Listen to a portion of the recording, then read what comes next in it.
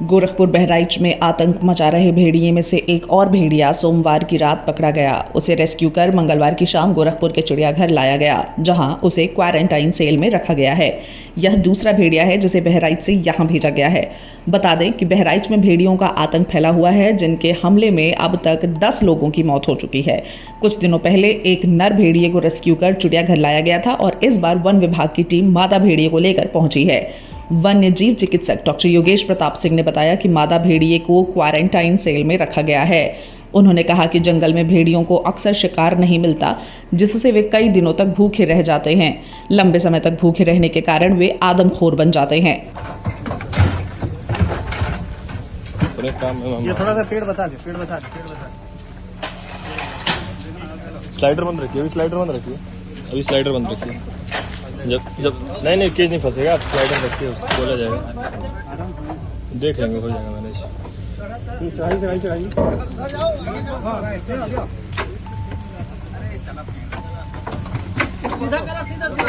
सीधा करो, सीधा ला, सीधा ला।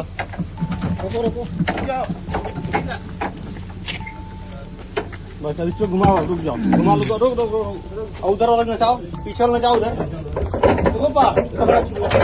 बहुत आराम से नचाना। मीडिया से बात करते हुए डॉक्टर सिंह ने यह जानकारी साझा की। सर, गोरखपुर उद्यान में बहराइच से भेड़िया लाया गया है, क्योंकि वहाँ पे कई लोगों को घायल कर चुका था, अभी भी कई ऐसे फरार है। तो सर उनको क्या एक्टिविटी है, ऐसे किस तरह से रखा जा रहा है? गोरखपुर चिड़ियाघर में अभी तक 2 भेड़ियों को लाया गया है और एक नर है, एक मादा है। एक अभी कल ही आया है और एक कुछ दिन पहले लाया गया था। दोनों स्वस्थ हैं। पहले वाला तो सामान्य स्थिति में आ गया है, उसको शरीर पे कुछ चोटें थी हल्की फुल्की, और उसका खाने वाने का जो सिस्टम था थोड़ा सा ठीक नहीं था यहाँ आने के बाद से, बट वो धीरे धीरे 2-4-5 दिन में उसने अपने खाने की प्रक्रिया में आ गया है और सामान्य खाना खाना लगभग प्रारंभ कर दिया है। दूसरा वाला जो भेड़िया जो फीमेल है, मादा है, वो अभी कल ही आई है, तो अभी वो बिल्कुल उसको क्वारंटीन सेल में ही वैसे ही रखे हुए हम लोग, और उसको पानी और खाने के लिए दिया गया है। चूँकि हम लोग 24 घंटा पूरा होने के बाद एक बार उसका खाना चेक करेंगे कि उसने कितना खाना खाया, नहीं खाया, उसके हिसाब से फिर आगे जैसी हम आवश्यकता होगी उसको हम लोग काम करेंगे। सर, देखा जाए वो एक तरह खुले में था, समझिए घूम रहा था, लेकिन अब एक तरह समझ लिया आपने उसको कैद कर।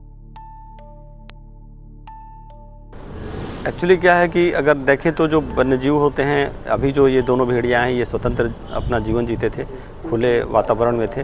अभी जो हमारा जो है चिड़ियाघर का जो मानक है, उसके अनुसार उनका बाड़ा बना हुआ है। उनके लिए एक निर्धारित डायमेंशन का नाइट सेल बना होता है, क्राल बना होता है, हम लोग उसको उसी में रखते हैं, और वो आवश्यकता अनुसार जो हमारे जो गाइडलाइंस है उसके अनुसार वो बना हुआ है।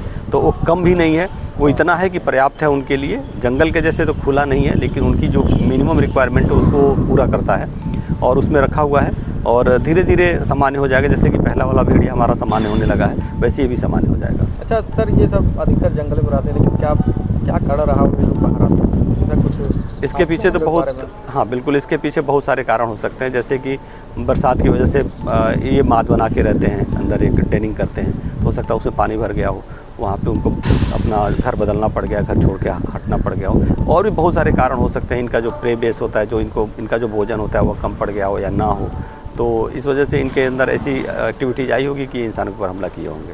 सर, खाने पीने के लिए सर यहाँ क्या व्यवस्था हम लोग को दी जा रही है?